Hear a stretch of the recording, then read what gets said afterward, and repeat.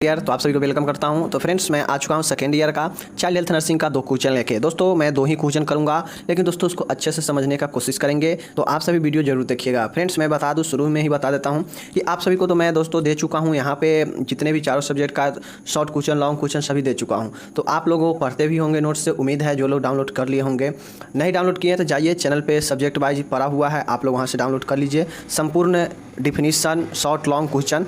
और जो ये मैं वीडियो ला रहा हूँ, इस वीडियो में अब ये वीडियो एग्जाम तक चलेगा, जहाँ पे जितने भी शॉर्ट लॉन्ग क्वेश्चन पूछा गया है और जो भी इम्पोर्टेंट बनता है, जो वेरी इंपॉर्टेंट है, उसको हम लोग समझते चलेंगे वीडियो के माध्यम से। तो जो लोग सीरियस हैं वीडियो देख सकते हैं, 20-25 मिनट आराम से देखिएगा। 2 क्वेश्चन को अच्छे से समझने का कोशिश करेंगे। हर एक सब्जेक्ट प्रत्येक दिन अलग अलग सब्जेक्ट का 2-2 क्वेश्चन लाएंगे सेकेंड ईयर से, तो आप लोग देखने का कोशिश कीजिएगा। और प्रत्येक रविवार और शनिवार 2 दिन जो है हम लोग यहाँ पे ऑब्जेक्टिव टाइप का क्वेश्चन करेंगे। तो इस टाइप से हम लोग एग्जाम तक, जो कि 1.5 से 2 महीना एग्जाम का है, तो उस हिसाब से पढ़ेंगे तो बहुत अच्छा होगा। बशर्ते आप लोग को वीडियो देखना होगा। नहीं वीडियो देखिएगा तो क्वेश्चन को नहीं समझ पाइएगा, फिर दोस्तों दिक्कत होगा। तो चलिए हम लोग समझने का कोशिश करते हैं।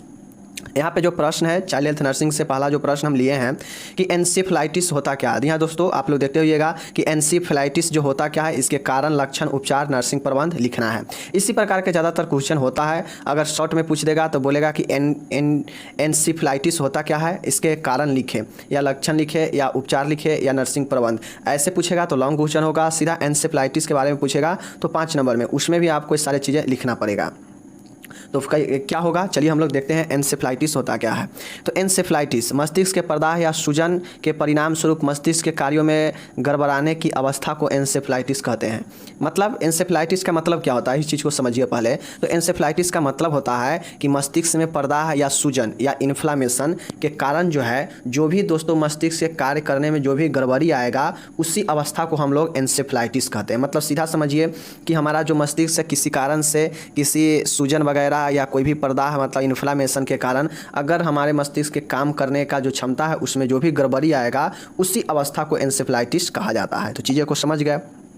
अब इसके कारण क्या क्या हो सकते हैं, चलिए हम लोग कारण देखेंगे। एन्सेफेलाइटिस का कारण क्या होता है, किस किस कारण से एन्सेफेलाइटिस हो सकता है। पहला है वायरल से, जैसे मम्प्स हो गया, मीजल्स हो गया, रूबेला हो गया, साइटोमेगला हो गया, वायरस हो गया, हर्पीज हो गया। तो दोस्तों ये वायरल बीमारी जैसे होता है, मम्प्स वगैरह, मीजल्स, रूबेला, साइटोमेगला, वायरस, हर्पीज, ये सब के जो कारण है, ये जो कारण बनता है यहाँ पे, तो हम लोग जो यहाँ पे देख रहे हैं एन्सेफेलाइटिस, उसका पहला जो कारण हम लोग क्या लिखेंगे, पहला कारण हम लोग लिखेंगे क्या चीज़, वायरल में क्या लिखेंगे। तो वायरल में अनेक प्रकार के जो वायरल वाला बीमारी होता है, संक्रमण वाला, जैसे हो गया मम्प्स हो गया, जिसको हम लोग MMR बोलते हैं, मम्प्स, मीजल्स, रूबेला। तो ये वायरल से होता है। तो ये जो है वो क्या करेगा, मस्तिष्क को प्रभावित करेगा, तो इससे भी होगा। या साइटोमेगोला वायरस होता है, या हर्पीज होता है। तो इस सब के कारण जो है, जो वायरल ये सब चीज़ें हैं, इसके कारण मस्तिष्क में जो प्रॉब्लम होगा और फिर मस्तिष्क कार्य करना सही से नहीं करेगा, तो उसी चीज़ को हम लोग क्या कहते हैं, एन्सेफेलाइटिस कहते हैं। और एक कारण हो गया पहला वायरल। दूसरा है जीवाणु, जैसे क्या चीज़, ट्यूबरक्लोसिस, टाइफाइड इत्यादि। दोस्तों ट्यूबरक्लोसिस जो है ये भी तंत्रिका तंत्र को क्या करता है, ये फेफड़ा के साथ में तंत्रिका तंत्र को भी प्रभावित करता है। टाइफाइड बुखार में भी दोस्तों मस्तिष्क प्रभावित होता है। तो ये बैक्टीरिया, पहला था वायरल, दूसरा है बैक्टीरिया से। बैक्टीरिया में क्या क्या होगा, ट्यूबरक्लोसिस और टाइफाइड होगा। वायरल में क्या होता है, तो जो वायरस से संबंधित होता है, तो वायरस से संबंधित मम्प्स, मीजल्स, रूबेला, साइटोमेगला वायरस और हर्पीज, ये सब वायरल था। बैक्टीरिया से था क्या, ट्यूबरक्लोसिस और टाइफाइड, ये सब बैक्टीरिया से है। और अन्य कारक जैसे प्रोटोजोआ और कृमि इत्यादि। अन्य कारक, अन्य जो कवक होगा, मतलब अन्य कोई कवक होगा, बैक्टीरिया होगा, वो होगा दोस्तों प्रोटोजोआ और कृमि इत्यादि। तो 3 कारण क्या देखे, पहला वायरल देखे। वायरल में क्या है, MMR वाला, और उसके बाद साइटोमेगला वायरस और हर्पीज, ये वायरल वाला है। बैक्टीरिया वाला में क्या था, तो ट्यूबरक्लोसिस जो कि बैक्टीरिया से होता है, और उसके बाद टाइफाइड है। तो ये भी दोस्तों कारण होगा एन्सेफेलाइटिस का। और तीसरा कारण है, और अन्य कारण है कि कवक, मतलब विभिन्न प्रकार के कवक, बैक्टीरिया जैसे प्रोटोजोआ और कृमि इत्यादि इसका कारण हो सकता है। तो ये चीज़ हम लोग यहाँ पे समझ गए। अब चलिए हम लोग चलते हैं आगे, देखते हैं कारण में। दोस्तों एक और कारण है, यहाँ पे देख सकते हैं, एक और कारण है कि टीकाकरण के पश्चात। देखिए दोस्तों एन्सेफेलाइटिस का एक और कारण हो सकता है। पहला कारण क्या था, वायरल, बैक्टीरिया और उसके अन्य कवक। तो उसमें कौन कौन से था देख लिए। अब अगला कारण हो सकता है टीकाकरण। जैसे टीकाकरण में होता क्या है कि टीकाकरण किसी को बच्चे में दे दिया गया, उस टीकाकरण के बाद निगेटिव प्रभाव उसमें आया, ब्रेन में, मस्तिष्क में प्रभावित करता है, तो टीकाकरण के कारण भी हो सकता है। नेक्स्ट है विषाक्तता अथवा तीव्र संक्रमण। दोस्तों जो विषाक्तता मतलब जो पॉइजनिंग होता है वो हो सकता है, अथवा तीव्र संक्रमण मतलब तेज़ी से फैलने वाला जो संक्रमण है उसके कारण भी दोस्तों एन्सेफेलाइटिस हो सकता है। तो हम लोग क्या क्या देखें, वायरल, बैक्टीरिया और अन्य कवक, उसके बाद टीकाकरण के पश्चात या विषाक्तता पॉइजनिंग या फास्ट इन्फेक्शन यानी तीव्र संक्रमण, तो ये सब कारण होता है एन्सेफेलाइटिस का। तो देख लिया अच्छे से। अब इंसेफ्लाइटिस वाले व्यक्ति में क्या क्या लक्षण दिखता है, तो क्लिनिकल जो फीचर होता है क्या क्या होता है, चलिए हम लोग इसको देखते हैं। तो दोस्तों जो लक्षण दिखाई देता है इंसेफ्लाइटिस वाले व्यक्ति में, तो इंसेफ्लाइटिस जब किसी व्यक्ति को होता है तो उसमें तेज बुखार का लक्षण दिखाई देगा, सिर दर्द दिखाई देगा, जी मचलना व उल्टी का हो सकता है जिसको नौसिया या वोमिटिंग बोलते हैं, गर्दन में अकड़न होगा, रिजिडिटी बोलते हैं, दौरे व झटके लगेगा बच्चे में, कोमा में बच्चा चला जाएगा और पक्षाघात मतलब पैरालिसिस हो जाएगा। तो दोस्तों क्या हम लोग देखें लक्षण में, अब देखिए दोस्तों ऐसा नहीं है कि इतना सारा लक्षण दिया गया है तो हम इतना लाइन बाई लाइन याद करें। अगर इसमें से आपको 1 दिया है, 2 दिया, 3 दिया, 4 दिया है, 5 दिया, 6 दिया, 7 दिया है, 7 दिया है और मान के इसमें से हमको 4 ही याद है तो क्या करेंगे, 4 ही लिख देंगे। जैसे मस्तिष्क से संबंधित ये बीमारी है इंसेफ्लाइटिस, तो क्या होगा, सिर दर्द तो होगा ही होगा। उसके बाद क्या होगा कि सिर है तो वो गर्दन से कनेक्ट है तो कहीं ना कहीं गर्दन में प्रॉब्लम होगा ही होगा, तो गर्दन में अकड़न होगा ही होगा। अगर सिर में प्रॉब्लम है तो सिर में प्रॉब्लम होने से व्यक्ति कोमा में भी जाता है तो कोमा में जाएगा ही जाएगा। उसके बाद एक और लक्षण दिखाई देगा कि अगर ब्रेन सही से नहीं काम करेगा तो हो सकता है उसको पैरालिसिस भी अटैक कर सकता है, तो पक्षाघात पैरालिसिस वही होता है। और नेक्स्ट है तेज बुखार भी हो सकता है, उसके बाद जी मचलेगा या उल्टी भी हो सकता है। तो ये सारे चीज़ें जो कि लक्षण दिखाई देता है इंसेफ्लाइटिस वाले पेशेंट में, तो ये चीज़ हो गया लक्षण। अब हम लोग यहाँ पे देखेंगे क्या चीज़ उपचार के बारे में, मतलब क्या उपचार जो है इसका हो सकता है, तो इस उपचार के बारे में हम लोग देखने वाले हैं कि मतलब जो इंसेफ्लाइटिस है इसका उपचार क्या है। तो दोस्तों वायरस जनित इंसेफ्लाइटिस का कोई विशिष्ट उपचार नहीं है, केवल लक्षणात्मक उपचार किया जाता है, जैसे एंटीबायोटिक, एंटी कन्वेंस्टर, ज्वर रोधी, इंट्राक्रेनियल प्रेशर कम करने हेतु हाइपरटोनिक सोल्यूशन, स्टेरॉइड्स इत्यादि दिए जाते हैं। दोस्तों ये जो कहा जाए तो जो इंसेफ्लाइटिस है एक प्रकार से क्या है दोस्तों, घातक बीमारी है। अगर इंसेफ्लाइटिस में हम लोग क्या देखे हैं कि वायरल देखे हैं, वायरल के कारण, बैक्टीरिया के कारण, अन्य कवक के कारण, टीकाकरण के पश्चात और विषाक्तता या तीव्र इन्फेक्शन ये कारण देखे हैं ना। तो उसी में कहता है कि उपचार में जो वायरस जनित अगर इंसेफ्लाइटिस हो रहा है, मतलब जो वायरल वाला हम लोग देखे हैं जिसमें था MMR का, उसके बाद था एक और था, तो ये सब जो चीज़ें था वायरस वाला, तो वायरस जनित जो इंसेफ्लाइटिस होता है ना उसका कोई विशिष्ट दोस्तों उपचार नहीं होता है, नहीं है, केवल लक्षणात्मक उपचार किया जाता है। मतलब जो वायरस वाला होता है ना, जैसे हम लोग लक्षण में क्या क्या देखे, तेज बुखार, गर्दन अकड़ना, जी मचलना, ये सब चीज़ें जो लक्षण हम लोग देखे हैं, तो ये लक्षण को देख के इलाज किया जाता है। इसका कोई विशिष्ट, वायरस वाला इंसेफ्लाइटिस का कोई विशिष्ट उपचार नहीं है, बस लक्षण देखा जाएगा कि क्या तेज बुखार है या गर्दन अकड़ रहा है या जी मचल रहा है, तो ये सब जो चीज़ें हैं ये सब देख के उसका इलाज किया जाता है। और इलाज कैसे किया जाता है, तो एंटीबायोटिक से, एंटी कन्वेंस्टर, ज्वर रोधी मतलब जो बुखार को कम करने वाला है वैसे, इंट्राक्रेनियल प्रेशर मतलब जो ब्रेन में इंट्राक्रेनियल प्रेशर होता है उसको कम करने वाला दवाई दिया जाता है जैसे हाइपरटोनिक सोल्यूशन, और स्टेरॉइड इत्यादि दिए जाते हैं जो ये सब चीज़ें लक्षण को कम करता है, बल्कि इसका विशिष्ट उपचार होता नहीं है, लक्षण देख के इलाज किया जाता है उस हिसाब से। तो ये उपचार हो गया इंसेफ्लाइटिस का।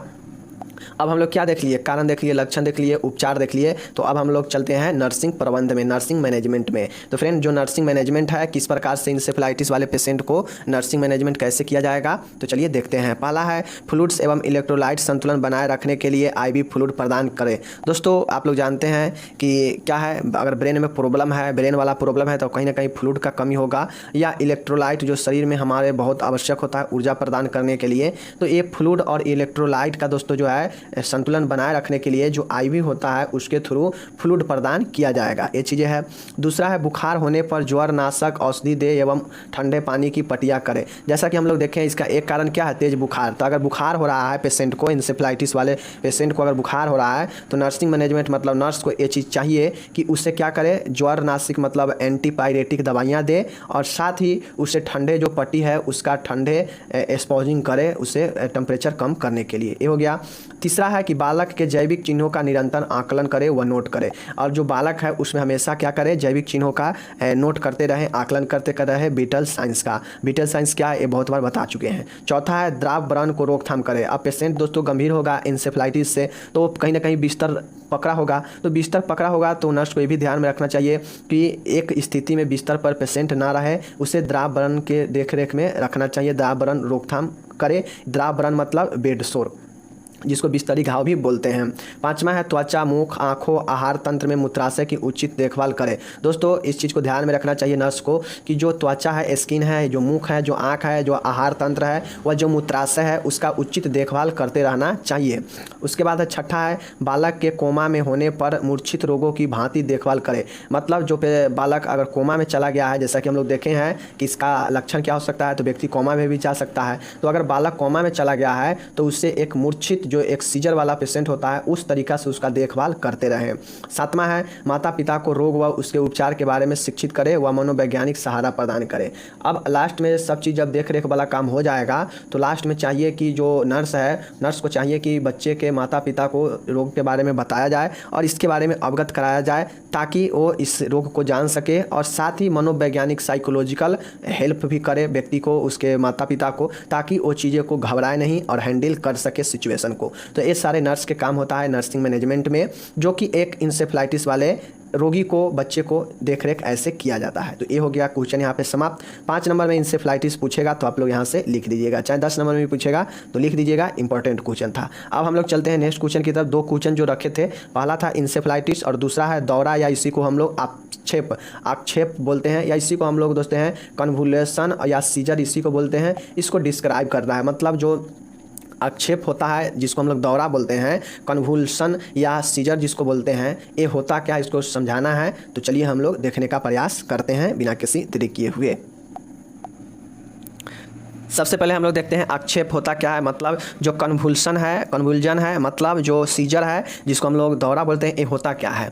आक्षेप या झटके उसी को बोलते हैं। आक्षेप या झटके मस्तिष्क के कार्यों का अस्थायी व्यवधान है। देखिए दोस्तों, जो दौरा पड़ता है या जो आक्षेप है, जो कन्वुल्जन है जिसको हम लोग सीजर भी बोलते हैं, ये सभी नाम से, ये क्या है, ये एक प्रकार का झटका है जो मस्तिष्क के कार्यों को क्या करता है, व्यवधान उत्पन्न करता है अस्थायी के लिए। मतलब व्यवधान मतलब डिस्टर्ब उत्पन्न करता है ब्रेन में, तो जिसमें अनैच्छिक रूप से पेशीय, संवेदी व मानसिक कार्यों में व्यवधान उत्पन्न करते हैं। मतलब जो अनैच्छिक होता है, अब ऐच्छिक के मतलब क्या होता है, जो हमारे इच्छा से कार्य हो, लेकिन अनैच्छिक क्या होता है, जो आपके मन से या हमारे मन से नहीं होता है, वो ऑटोमेटिक होते रहता है। जैसे हृदय का धड़कना, ऐसे बहुत सारी चीज़ें जो कि ऑटोमेटिक हमारे शरीर जो है करते रहता है, ब्रेन हमारा करते रहता है। तो वैसे ही हमारे मस्तिष्क के कार्यों में व्यवधान उत्पन्न करता है, उसी को हम लोग झटके, आक्षेप या दौरा बोलते हैं। और ये जो कार्य होता है अनैच्छिक वाला होता है, जिसमें अनैच्छिक जो पेशियाँ होता है संवेदी व मानसिक कार्यों में क्या करता है, डिस्टर्बेंस करता है, मतलब व्यवधान उत्पन्न करता है।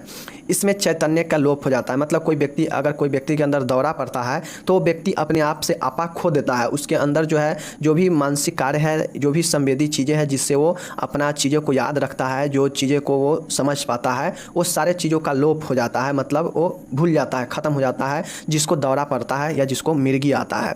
इसमें अचानक ऐच्छिक पेशीय का ताकत के साथ अनैच्छिक संकुचन पाया जाता है। मतलब जो इसमें होता यह है कि जो ऐच्छिक पेशिया होता है उसके में ताकत आ जाता है, मतलब जो आप खुद से काम करते हैं उसमें ताकत आ जाता है, लेकिन जो अनैच्छिक होता है उसमें लोप हो जाता है। इसमें मस्तिष्क कार्यों, जो ब्रेन फंक्शन जैसे सोच, मनोवृत्ति इत्यादि में व्यवधान पाया जाता है।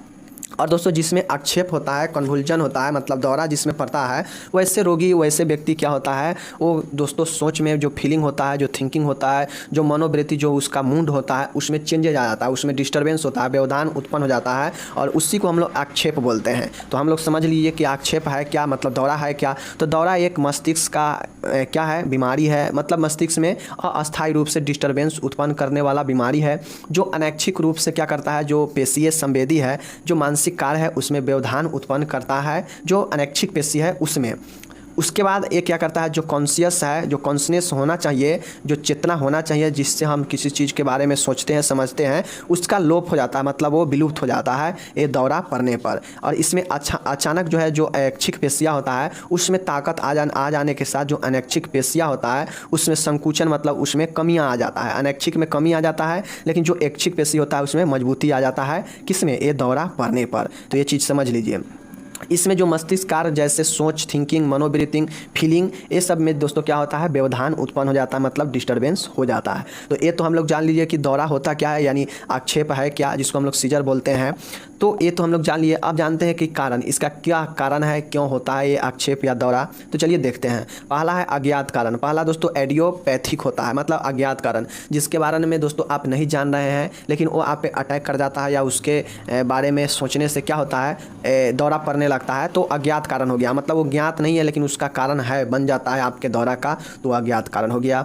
दूसरा है संक्रमण, जैसे मेनिंजाइटिस, एन्सेफेलाइटिस। एन्सेफेलाइटिस के बारे में तो हम लोग अभी पढ़े हैं। मेनिंजाइटिस भी क्या है, एक प्रकार का ब्रेन का ही रोग है। तो ये संक्रमण, मेनिंजाइटिस जैसे एन्सेफेलाइटिस, इन दोनों के संक्रमण भी कारण होता है किसका, ये दौरा का। तीसरा है चोट, जैसे ट्रोमा। ट्रोमा को हम लोग चोट बोलते हैं। चोट जैसे जन्म के समय चोट, अंतःकपालीय रक्तस्राव इत्यादि। मतलब जो हेड इंजरी हुआ है उसमें हो सकता है इसका कारण, या जन्म के समय जो चोट लगा है ये भी कारण हो सकता है आपके क्या चीज़ का, तो ये आपका दौरा का, या दोस्तों ये चीज़ हम लोग कन्वल्जन का। तो ये चीज़ें है, इसका चोट लगने से क्या होगा, जन्म के समय चोट या अंतःकपालीय रक्तस्राव, तो इस चोट के कारण भी हो सकता है ये चीज़ें।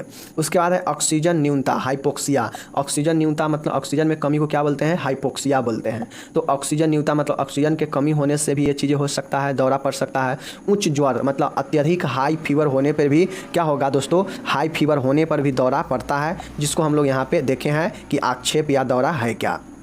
नेक्स्ट इसका आता है कि पीलिया, जॉन्डिस भी इसका बहुत बड़ा कारण बनता है, बन सकता है आक्षेप का, जिसको हम लोग दौरा बोलते हैं। टिटनस से भी जो है ये क्या चीज़ है, दौरा पड़ सकता है, क्योंकि हम लोग जानते हैं टिटनस अगर पकड़ लिया है किसी व्यक्ति में तो उसके बंद आकृति के उसका हाथ पैर होने लगता है। उसके बाद है ब्रेन ट्यूमर, ब्रेन ट्यूमर से भी ये दौरा पड़ेगा। उसके बाद है हाइपोग्लाइसेमिया, हाइपोग्लाइसेमिया भी इसका एक कारण बन सकता है। तो हम लोग जो है अभी दौरा या जिसको आक्षेप बोलते हैं उसका कारण में क्या क्या देखे हैं, कारण ये देखे हैं कि चोट में कैसे, जैसे अंतःकपालीय मतलब हेड इंजरी, उसमें चोट लगेगा तो होगा, दौरा पड़ सकता है। या मान गए कि आपका चोट जो है वो ऐसा चोट है जो कि आपके ब्रेन में लग चुका है बहुत पहले, मतलब जन्म के समय ही किसी कारण से, तो भी आपका दौरा पड़ सकता है। टिटनस भी इसका है। उसके बाद पीलिया जो रोग होता है, जॉन्डिस, वो भी दोस्तों इसका कारण हो सकता है। ब्रेन ट्यूमर भी इसका कारण हो सकता है। हाइपोग्लाइसेमिया भी इसका कारण हो सकता है। तो ये सब कारण इसका बनता है किसका, दौरा पड़ने का। तो ये चीज़ों को ध्यान, ऑक्सीजन में कमी भी इसका कारण बनता है। तो ये सब चीज़ें हैं। तो ये सब चीज़ें हम लोग यहाँ पे देख लिए। अब हम लोग चलते हैं इसका लक्षण देखते हैं कि इसका लक्षण क्या होता है। मतलब जब ये चीज़ें होता है, जब दौरा पड़ता है या जो आक्षेप होता है, तो इसका लक्षण क्या दिखाई देता है। तो चलिए हम लोग देखते हैं। दोस्तों इसका लक्षण आपको याद रखना पड़ेगा। पहला है सिंपल पार्शियल सीजर। दोस्तों पहला है लक्षण में कि सिंपल पार्शियल सीजर। दूसरा क्या है, कॉम्प्लेक्स पार्शियल सीजर। उसके बाद है कि अब्सेंस सीजर, और चौथा में है टॉनिक क्लोनिक सीजर। तो ये चीज़ें हैं। और उसके बाद है क्लोनिक फेज, उसके बाद है पोस्टिकल फेज। तो इस चीज़ को आपको समझना पड़ेगा। पहला क्या है, सिंपल पार्शियल सीजर। दूसरा है कॉम्प्लेक्स, सिंपल मतलब साधारण, कॉम्प्लेक्स मतलब जटिल। तो इस चीज़ से समझ आइए। और अब्सेंस मतलब अनुपस्थित। तो ये चीज़ें हैं, नाम से स्पष्ट है। तो दोस्तों जो सिंपल पार्शियल सीजर होता है लक्षण में, तो इसमें होता है कि इसमें ऐच्छिक पेशियाँ एवं में ऐंठन या झटके आते हैं। त्वचा के रंग, रक्तचाप, नाड़ी दौर व पुतलियों के आकार में परिवर्तन होता है। शरीर के किसी हिस्से जैसे हाथ पैर, चेहरे में शून्य चेतना व झंझनाहट अथवा दर्द होता है। साथियों जिसमें झटका, जिसमें दौरा लगता है, जिस पेशेंट में दौरा पड़ता है, तो उसमें सिंपल जो लक्षण जो दिखाई देता है, पहला लक्षण सिंपल पार्शियल सीजर में कि उसका जो ऐच्छिक पेशी होता है ना, उसमें दोस्तों क्या होता है, ऐंठन पड़ता है या जो उसके झंझनाहट, झटके लगता है। अब ऐच्छिक पेशी क्या होता है, जो हमारे मन से चले, जो हमारे मन के द्वारा किया गया कार्य है, वो ऐच्छिक पेशी होता है। तो एक क्या है, ऐंठन या झटके लगता है उस ऐच्छिक पेशी में। त्वचा के रंग, रक्तचाप, नाड़ी दर व पुतलियों के आकार में परिवर्तन होता है। मतलब जो सिंपल पार्शियल सीजर होता है, इसमें त्वचा, आँख और रक्तचाप या नाड़ी दर या पुतली, इस समय परिवर्तन होता है। शरीर के किसी हिस्से, हाथ या पैर या चेहरे में शून्य चेतना व झंझनाहट अथवा दर्द होता है। मतलब जो हमारा शरीर का जो कॉन्शियसनेस होता है, उसमें शून्य दिखाई देता है किसी भी पार्ट में, चाहे पैर हो, हाथ हो, चेहरा हो, इसमें शून्य दिखाई देगा या झंझनाहट अथवा दर्द होगा। ये चीज़ होता है सिंपल पार्शियल सीजर में। तो क्या सिंपल पार्शियल सीजर में क्या है कि इसमें जो ऐच्छिक पेशी होता है ना, उसमें झंझनाहट या दर्द होता है या ऐंठन होगा। और जो साथ ही जो त्वचा का रंग है, जो हमारा आँख का पुतली है, जो नाड़ी दर है, जो रक्तचाप है, इन सब में परिवर्तन आता है। उसके बाद जो है शरीर के किसी हिस्से में जैसे हाथ पैर चेहरा इस समय शून्य चेतना दिखाई देता है। मतलब जो आपका जो कॉन्शियसनेस होता है, जो हम किसी चीज़ को सोचते हैं, देखते हैं, समझते हैं, इन सब चीज़ों में क्या हो जाएगा, शून्य हो जाएगा और क्या होगा, झंझनाहट अथवा दर्द महसूस होगा। तो ये सिंपल पार्शियल सीजर है। अब उसके बाद है कि कॉम्प्लेक्स पार्शियल सीजर। अब देखिए यहाँ पे सिंपल था तो हल्का फल्का परिवर्तन था, लेकिन यहाँ पे कॉम्प्लेक्स है तो इसमें बालक का हक्का बक्का दिखना, भ्रमित एवं निष्क्रिय होना व हर बार असमान व्यवहार एक जैसा करना शामिल होता है। अब सिंपल था तो उसमें हल्का फल्का चीज़ें में परिवर्तन था, लेकिन कॉम्प्लेक्स वाला है तो इसमें पूर्ण रूप से चेंजेज हो जाता है और जो बालक होता है, जो बच्चा होता है, उसमें पूर्ण चेंजेस दिखाई देता है और वो बच्चा जो है हक्का बक्का हो जाता है, दिखता है, बच्चा भ्रमित होता है और निष्क्रिय होता है, मतलब वो कोई काम नहीं सही से कर पाता है और हर बार जो है उसका व्यवहार असमान दिखाई देता है, जैसा करना शामिल होता है। मतलब जो व्यवहार उसको होना चाहिए नॉर्मल, उससे अलग अलग दिखाई हमेशा देता है और उस बच्चा हक्का बक्का और साथ ही भ्रमित और निष्क्रिय दिखाई देता है जब उसमें कॉम्प्लेक्स सीजर पाया जाता है। मतलब उसमें जटिलता आ जाता है, दौरा जब जटिल पड़ता है तो बच्चा हक्का बक्का, भ्रमित, निष्क्रिय, असमान व्यवहार इस सब में दिखता है। तो ये चीज़ हो गया। तीसरा है ऑब्सेंस सीजर। मतलब ऑब्सेंस सीजर का मतलब क्या हो गया कि अनुपस्थित दौरा। तो दोस्तों इसमें मांसपेशी के खिंचाव के कारण हाथ में पकड़ी वस्तु छूट जाती है। ये दौरे बिना पूर्वानुमान के आते हैं व पीड़ित के दौरे के बाद घटना याद नहीं रहती है। दोस्तों अब्सेंस सीजर के मतलब होता है कि इसमें जो भी चीज़ें आपको अगर दौरा पड़ रहा है तो दौरा पड़ने के बाद आप पहले क्या किए नहीं किए उस सब चीज़ों का यहाँ पे विलुप्त हो जाएगा, आपको वो चीज़ें याद नहीं रहेगा। तो वही होता है अनुपस्थित मतलब अब्सेंस सीजर। तो यही कहता है कि इसमें मांसपेशी के खिंचाव के कारण हाथ में पकड़ी वस्तु छूट जाती है। मतलब जब अब्सेंस सीजर पड़ेगा ना तो इसमें होता यह है कि जो खिंचाव होता है मांसपेशी में, उसके कारण जो भी आप हाथ में वस्तु पकड़ेंगे ना वो छूट जाएगा, आपके हाथ में कोई जान प्राण नहीं दिखेगा और ये जो पूर्वानुमान लगाते हैं उससे पहले ये चीज़ें आ जाता है। और इसमें पीड़ित जो होता है, पीड़ित को चीज़ें याद नहीं रहता है घटना दौरा पड़ने के बाद, उसी को हम लोग अब्सेंस सीजर बोलते हैं। तो ये चीज़ें हो गया। चौथा है टॉनिक क्लोनिक सीजर। ये क्या होता है, तो इसकी 3 अवस्थाएं। दोस्तों जो चौथा लक्षण है सीजर का वो है टॉनिक क्लोनिक सीजर। तो ये इसमें 3 अवस्था है। पहला है टॉनिक फेज, दूसरा है क्लोनिक फेज और तीसरा है पोस्टिकल फेज। तो ध्यान रखना आसान है, टॉनिक, क्लोनिक और पोस्टिकल। तो ये 3 फेज है। चलिए देखते हैं इसमें क्या क्या चीज़ें होता है। टॉनिक फेज है कि चेतनहीनता, मांसपेशी में ऐंठन या अकड़न, आंखें ऊपरी की ओर चटना, पुतलियाँ फैलना, लार टपकना, ये सब। देखिएगा दोस्तों होता है कि बच्चा के अंदर जब दौरा पड़ता है तो दोस्तों उसके अंदर जो है अत्यधिक लार निकलने लगता है, उसका जो आँख है उसका आँख फैल जाता है और जो मांसपेशी है उसमें जकड़न होने लगता है, ऐंठन होने लगता है और उसका जो अनकॉन्शियस हो जाता है। तो ये होता है टॉनिक फेज में। उसके बाद है क्लोनिक फेज। क्लोनिक फेज में है कि मुंह से झाग आएगा, तेज झटके आएगा, मलमूत्र असंयत हो जाएगा। 30 से 60 सेकेंड की अवस्था है। दोस्तों एक क्लोनिक फेज 30 से 60 सेकेंड की अवस्था होता है और इसमें मुंह से झाग आने लगता है, तेज झटके आने लगेगा, मलमूत्र असंयत मतलब अत्यधिक मलमूत्र होने लगेगा और ये 30 से 60 सेकेंड होता है और इसी से 30-60 सेकेंड में बच्चे का मृत्यु होने का बहुत बड़ा चांस रहता है क्लोनिक फेज में। क्योंकि यहाँ पे देख रहे हैं झाग आता है, तो आप लोग देखते हुएगा मुंह से झाग आने लगता है तो लोग कहता है मुंह से झाग आ रहा है, अब अंतिम पोजीशन पे है। तेज झटके मतलब जो शरीर का उसका जो हार्ट बीट है तेज हो जाएगा एकदम और मलमूत्र असंयत मतलब उस पर संयम नहीं रखेगा और ये जो अवस्था होता है 30 से 60 सेकेंड होता है। तो ये हो गया क्लोनिक फेज। और टॉनिक फेज में क्या था, तो टॉनिक फेज में सिर्फ उसमें क्या था कि चेतनहीनता मतलब अनकॉन्शियस हो जाएगा, मांसपेशी में ऐंठन या जकड़न होगा, आंखें ऊपर की ओर चढ़ने लगेगा, पुतली फैलने लगेगा, लार टपकने लगेगा। मतलब टॉनिक फेज में इसमें चेंजेस दिखाई देने लगता है हर एक चीज़ में, चाहे वो आपका सोचने का हो जिसको हम लोग चेतनहीनता बोलते हैं, मांसपेशियाँ हो, आँख हो, लार हो, इस सब में चेंजेज होता है। तो वो होता है टॉनिक फेज। क्लोनिक फेज में मतलब इसमें चीज़ें जो है तेज हो जाता है, जैसे झाग आएगा, तेज झटका, मलमूत्र संयत और ये 30 से 60 सेकेंड होता है। तो ये चीज़ें है। पोस्टिकल फेज। पोस्टिकल फेज में क्या होता है, तो अर्ध बेहोशी की अवस्था, उल्टी, तेज सिर दर्द, भ्रम की अवस्था। तो दोस्तों जो पोस्टिकल फेज है इसमें अर्ध बेहोशी मतलब आधा बेहोशी होता है और साथ ही उल्टी होता है, तेज बुखार, सिर दर्द, भ्रम होगा व्यक्ति में, ये सारे अवस्था पोस्टिकल फेज में पाया जाता है। तो दोस्तों हम लोग जो लक्षण के जो चौथा देखे हैं टॉनिक क्लोनिक सीजर, इसमें 3 फेज, पहला टॉनिक फेज, दूसरा क्लोनिक फेज और तीसरा पोस्टिकल फेज। तो चीज़ें को याद में रखिएगा। सिंपल वाला में चीज़ें जो भी आँख वगैरह है, जो भी ऐच्छिक मांसपेशी है, रक्त नाड़ी दर, इस समय परिवर्तन आएगा सिंपली। कॉम्प्लेक्स में बच्चा में जो हक्का बक्का हो जाएगा, बच्चा बिल्कुल निष्क्रिय हो जाएगा और उसका व्यवहार अलग हो जाएगा। तीसरा है अब्सेंस, मतलब इसमें कोई भी चीज़ें हैं, जैसे अब्सेंस मतलब जो मांसपेशी है उसमें खिंचाव के कारण उसमें कोई ताकत नहीं बच जाएगा वो, और कोई भी चीज़ उठाएंगे तो गिर जाएगा, हाथ से छूट जाएगा। और ये दौरा जो है पूर्वानुमान के पहले आ जाता है, मतलब जो अनुमान लगाते हैं उससे पहले आ जाता है, और पीड़ित के दौरे के घटना के बाद कोई चीज़ें याद नहीं रहता है। तो ये चीज़ हो गया absence seizure. Tonic clonic seizure में क्या होता है, 3 अवस्था है, tonic phase, clonic phase, postictal phase. तीनों में क्या होता है, तो टॉनिक फेज में होता है कि सिर्फ इसमें चेतनहीनता, मांसपेशी में ऐंठन, अकड़न, आँख के ऊपर पुतली फैलना, टपकना, ये सब जो है टॉनिक फेज है। क्लोनिक फेज में मुंह से झाग आ जाएगा, तेज झटका लगेगा, मल मूत्र असंयंत हो जाएगा, और ये 30 से 60 सेकेंड होता है। उसके बाद है कि पॉस्टिकल फेज में अर्ध बेहोशी की अवस्था में उल्टी अवस्था हो जाएगा, भ्रम, तेज सिरदर्द, ये सब होता है। तो चीज़ों को हम लोग 2 बार रिपीट भी कर लिए हैं, तो आप लोग ध्यान से देखिएगा। अब दोस्तों यहाँ पे उपचार हम लोग देखते हैं, किसका उपचार देखते हैं, दौरा पड़ने का क्या उपचार होता है सीजर का। तो चलिए देखते हैं, ये भी क्वेश्चन दोस्तों पूछा गया है। तो जो उपचार है इसका, एंटी कन्वेंशनल दवाइयाँ जैसे इप्सोलिन। दोस्तों जो एंटी कन्वेंसेंट जो दवाइयाँ हैं जैसे इप्सोलिन, इसको दिया जाता है इसके उपचार में, मिर्गी यानी दौरा पड़ने के उपचार में। तो जो एंटी कन्वेंसेंट दवाइयाँ हैं इसका दिया जाता है।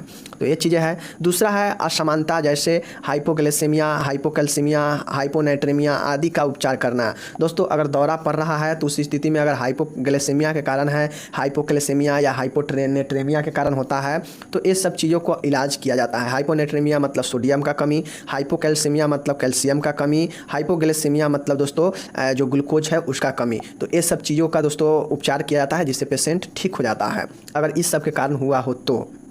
लेकिन तीसरा है निर्जलीकरण हेतु ORS एवं IVS फ्लूइड दिया जाता है या उपचार किया जाता है। अगर मिर्गी या दौरा किसी जल के कमी के कारण अगर पड़ा है व्यक्ति या बच्चा में, तो उसमें ORS एवं IV फ्लूइड दिया जाता है उपचार के लिए।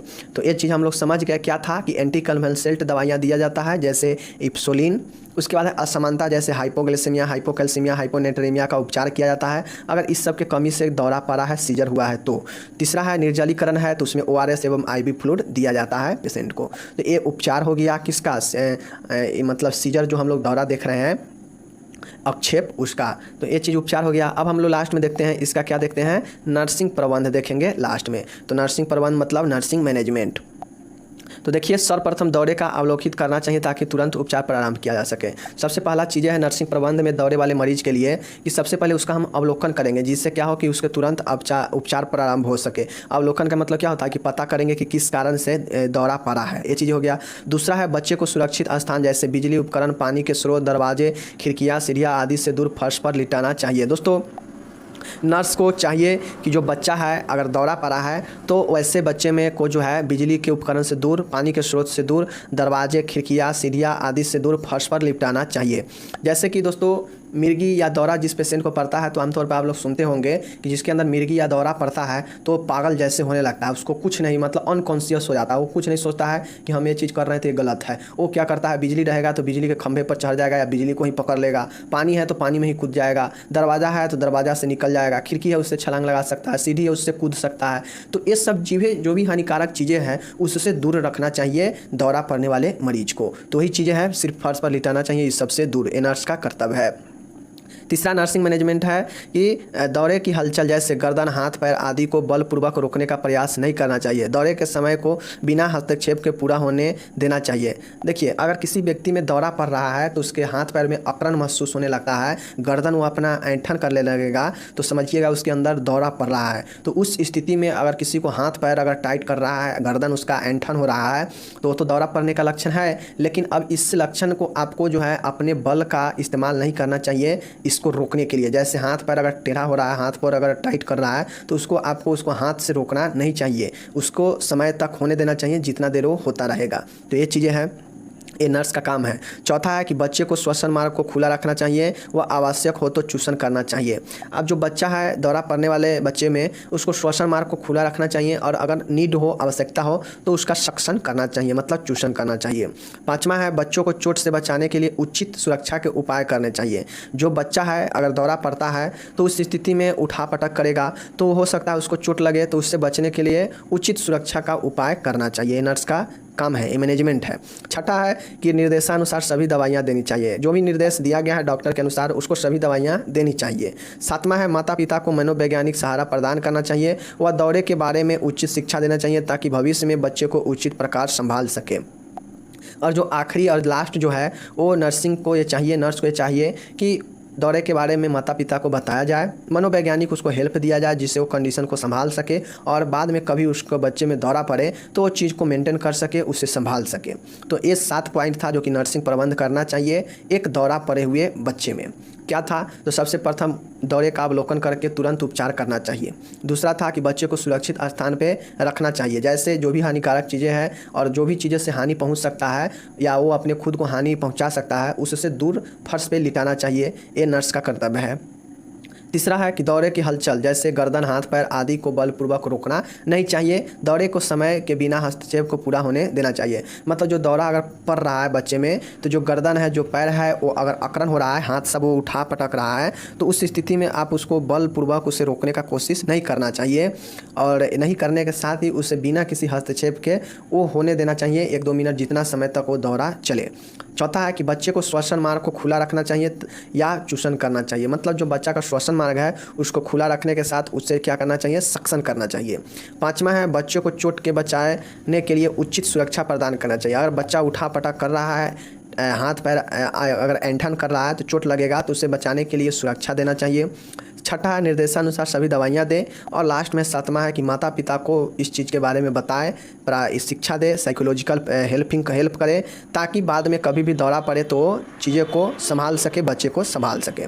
तो दोस्तों यहाँ पे 2 क्वेश्चन बहुत अच्छे से हम लोग कर चुके हैं। अब दोस्तों ये 35 मिनट 30 मिनट के वीडियो है, अगर आप नहीं देखेंगे साथियों तो 30 से 35 मिनट में मैं 2-2 बार सब चीज़ को रिपीट किया हूँ, आपको दिमाग में चीज़ें बैठ जाएगा। जहाँ आपको लगता है कि ये चीज़ें हमको दिमाग में नहीं आ रहा है, कठिन है, वहाँ पे वीडियो को रोकिए और उसको दिमाग में 2 बार 3 बार पढ़िए और सोचिए, आपको दिमाग में वो चीज़ें बैठ जाएगा। तो दोस्तों 30 मिनट अगर आप वीडियो को नहीं देंगे डेली तो फिर दोस्तों समझ आइए कि आपको अंदर क्या है, स्टेबिलिटी नहीं है, आप चीज़ें को नहीं पढ़ पाएंगे क्योंकि हम यहाँ पर बोल के समझाने का कोशिश कर रहे हैं और अगर आप पढ़ने का कोशिश करेंगे खुद से तो बहुत भिराह लगेगा। तो ये चीज़ें हैं, बाद बाकी मिलते हैं अगले वीडियो में, तब तक जय हिंद, नमस्कार, टेक केयर, बाय बाय।